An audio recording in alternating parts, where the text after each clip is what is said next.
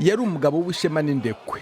Robert Mugabe yabaye perezida wa mbere wa Zimbabwe yigenga, ariko nyuma y'imyaka 37 ku butegetsi bw'igitugu igihugu agisize mu mayira abiri. Uwahoze amwungirije Emmerson Mnangagwa yamutegetse kwegura muri 2017 aramusimbura, ariko ntigeze amuryoza ibyo yakoze. Ni umubyeyi dukesha Zimbabwe. Ni umubyeyi dukesha Zimbabwe yigenga. Mu mwaka wa 2018 nibwo bwa mbere abanyazimbabwe bagiye mu matora, aho Mugabe atiyamamazaga.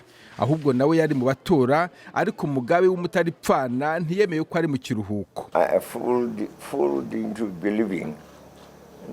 Barambeshye ngo ibintu byose bimeze neza. Bambwira ko atari ukumpirika ku butegetsi. Ababeshyi gusa. Byari ukumpirika ku butegetsi nyirizina. Yasobanuye ko ubutegetsi bwe bwari bwiza.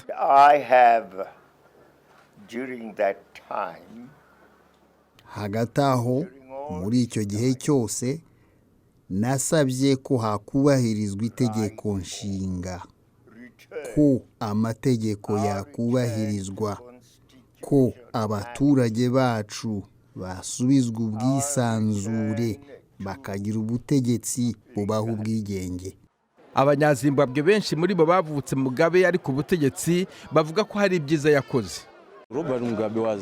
Robert Mugabe yabanje gukora neza bihinduka mu nyuma yaho.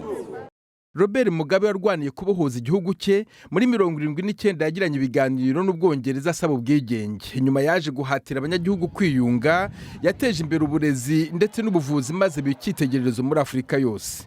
Gusa rero uko imyaka yicumaga yashatse kugenzura byose, atangira kuregwa kutubahiriza uburenganzira bwa kiremwa muntu, aratoteza, ategeka yitoza ku buriganya. Ubukungu bw'igihugu bwasubiye inyuma igihe yatangizaga gahunda yo gusubiza abirabura ubutaka, ifaranga riragwa, ubushomeri buriyongera.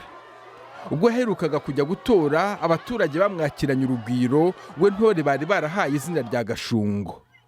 Robert Mugabe azashyingurwa mu irimbi ry'intwari mu murwa mukuru Harare, ari ku musozi aho azaba yitegeye areba igihugu yamaze imyaka abereye ku isonga. Venuste Nshimiyimana, Ijwi ry'Amerika.